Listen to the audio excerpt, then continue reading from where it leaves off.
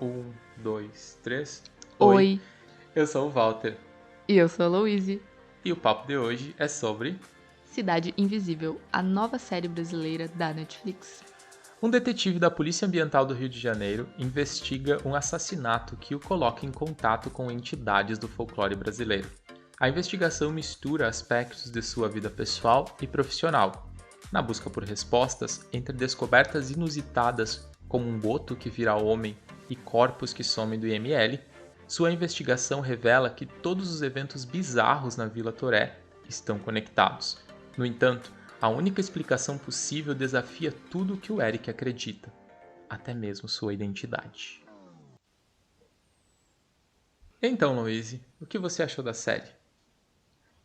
Achei uma série bastante interessante e de grande importância, porque ela traz de volta as lendas do folclore brasileiro de uma certa forma adaptada, né? Cada lenda foi adaptada, mas isso faz com que as pessoas ainda assim tenham curiosidade e queiram pesquisar sobre cada uma das lendas. E você achou que foi uma boa adaptação? Sim, eu achei que foi uma boa adaptação, porque os personagens tinham uma boa ligação com a lenda mais popular, né, a lenda mais conhecida no Brasil. Então, quem conhecia a lenda da Cuca, por exemplo, conseguiu ver a Inês e enxergar características nela que lembravam a Cuca. Ah, sim, entendo. Então, você quer dizer que as lendas que nós vimos na tela têm uma ligação com a versão que é mais popular entre os brasileiros e as brasileiras. É isso. Sim, E aí, Inês, só para o pessoal entender, Inês é o nome da personagem que representa a Cuca. a Cuca. Ok. A Cuca que a gente mais conhece é a Cuca do Monteiro Lobato, né, que está presente no Sítio do Pica-Pau Amarelo, que é aquele jacaré, que é uma bruxa em forma de jacaré com um cabelo loiro. E na série ela não é isso. Ela é uma entidade em estilo bruxa que pode se transformar. Então, a adaptação sobre a qual a gente está falando Uhum. é porque a série traz algumas características da lenda original, Que é ou da o. lenda mais popular, porém com algumas modificações. Sim, porque seria um pouco estranho ter uma pessoa com forma de jacaré, né? Então precisaria ser uma mulher que consegue se transformar em outros seres. E você, Walter, o que achou sobre a série? Primeiro que a série foi uma grande oportunidade comercial para os criadores, né? Toda a equipe envolvida, tanto dentro do Brasil, é muito instigante ouvir, vamos fazer uma série sobre folclore para adultos. É algo que mexe muito com as nossas memórias da infância e ainda traz uma curiosidade para quem está fora do Brasil e pensa que quer conhecer mais as coisas que são comuns na fala, no dia a dia dos brasileiros e das brasileiras. E essas lendas acabam sendo algo que provavelmente qualquer pessoa no Brasil já ouviu falar sobre pelo menos uma dessas lendas. Então é um assunto que retoma a infância de muitos de nós. Então, primeiro isso, é uma grande oportunidade comercial, então a série tem aí um apelo bem interessante com o público. Isso faz dela uma série legal, na minha visão também. E além disso, é uma grande oportunidade de mostrar o folclore brasileiro para quem quiser ver, né? É importante dizer que é uma adaptação, não é aquilo que nós vamos concordar em todas as regiões do Brasil, são visões diferentes. Ainda assim, é bem interessante levar isso para a tela, levar isso para o debate. E outro assunto que a série traz para o debate, sem cair no clichê, é o encontro entre o avanço capitalista e a preservação ambiental por trás da relação entre os personagens. Então não fica algo cansativo exatamente. Em que momento na série tu identificou esse encontro entre o avanço capitalista e a preservação ambiental? Olha, eu acho que é algo que tá.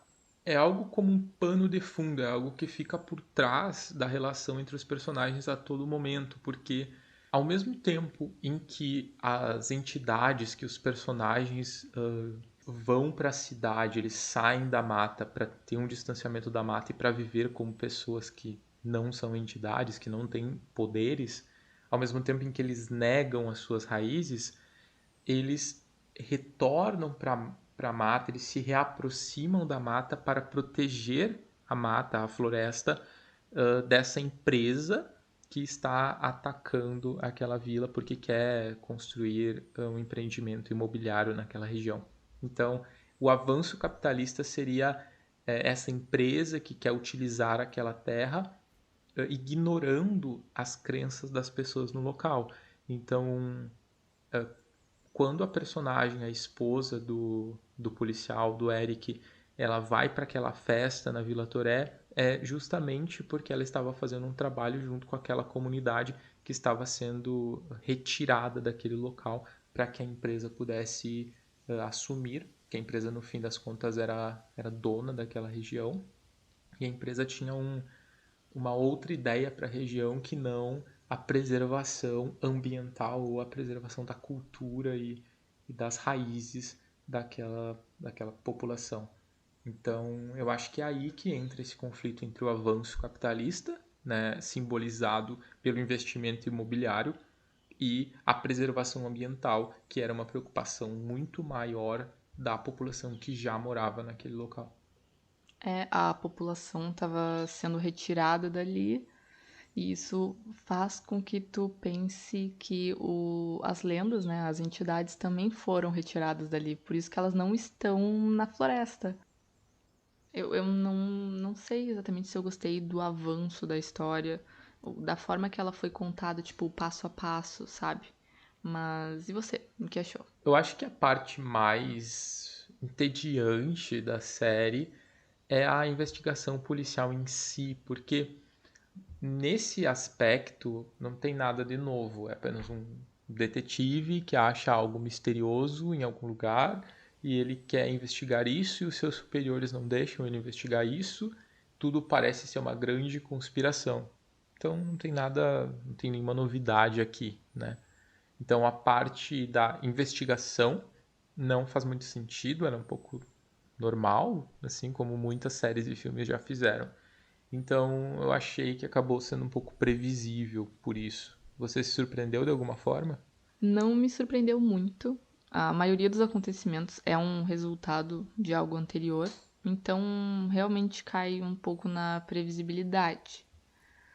Não exige que a gente tenha que pensar muito, não exige que a gente faça uma linha do tempo. Ela vai ligando, tu vai fazendo perguntas e ela vai meio que respondendo essas perguntas conforme vai passando o tempo na série.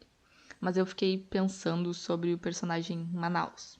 O Manaus, ele é um personagem muito importante e ele acaba não tendo nenhum destaque. Óbvio que tem um acontecimento que, digamos que barra com que ele tenha mais história na série. Mas poderia ter aquele fato, a série poderia trazer o passado de uma forma mais contando o que era, quem era o Manaus e ligando e talvez puxando algum gancho sobre o porquê o Manaus, que é o boto cor-de-rosa, o porquê ele engravidava as mulheres, remetendo à lenda, sabe?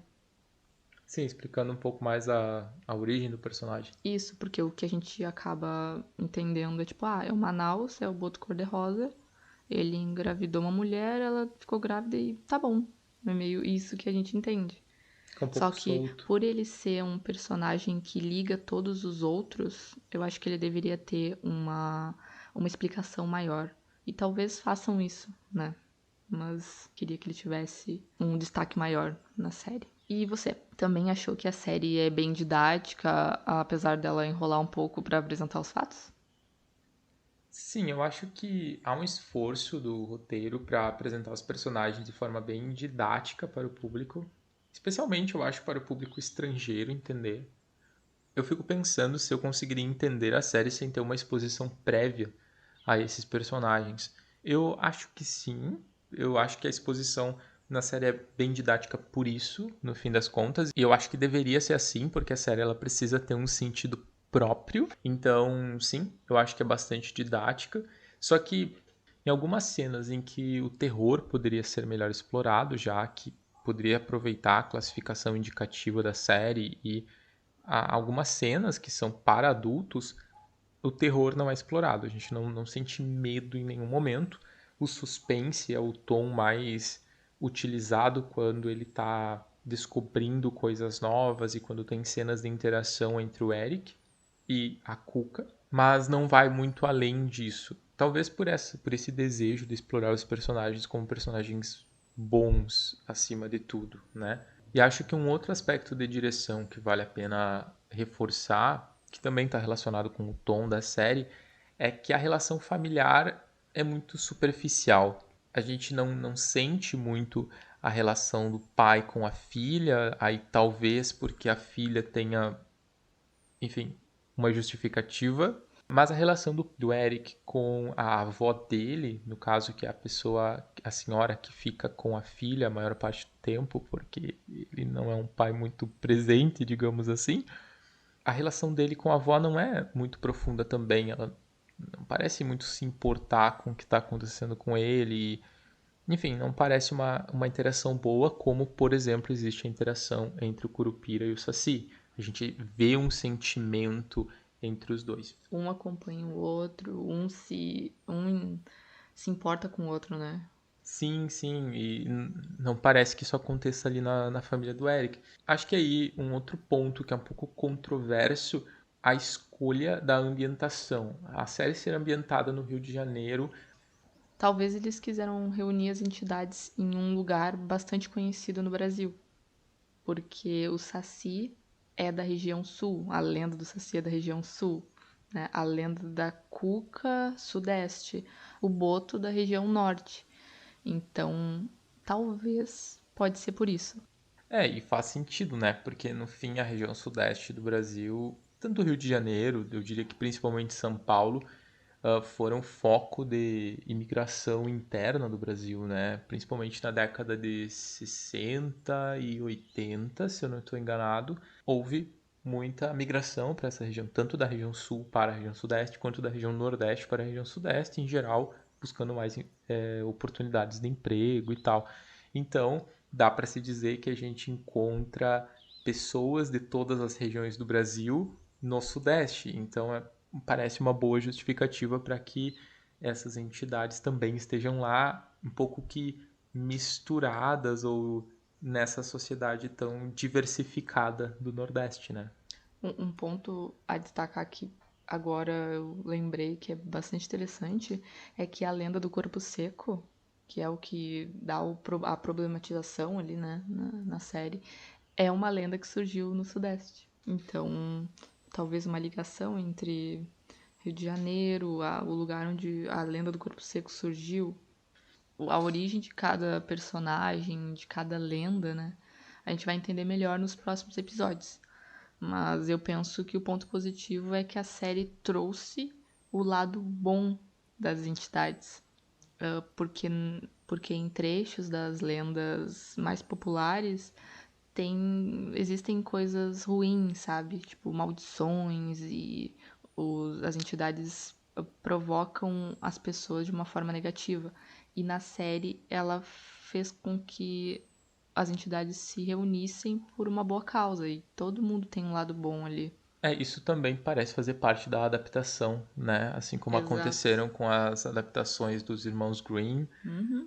assim como acontece com a mitologia grega, quando se falam das várias versões dos deuses e das deusas da Grécia. É, Bem, falar mais alguma coisa sobre a série? sim, sobre a Cidade Invisível é como se fosse o Sítio do Pica-Pau Amarelo para adultos.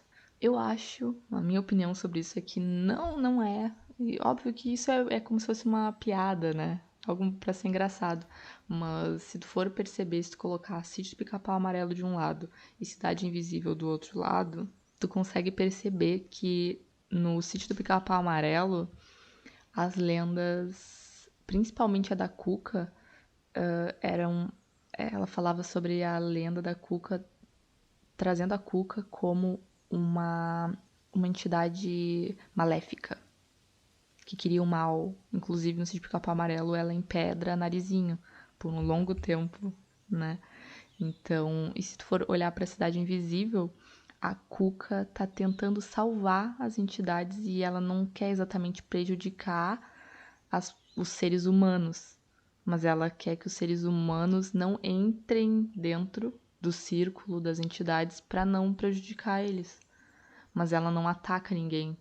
Eu acho que o Sítio Pica-Pau Amarelo acaba trazendo as lendas mais como as lendas originais não, mas as mais populares.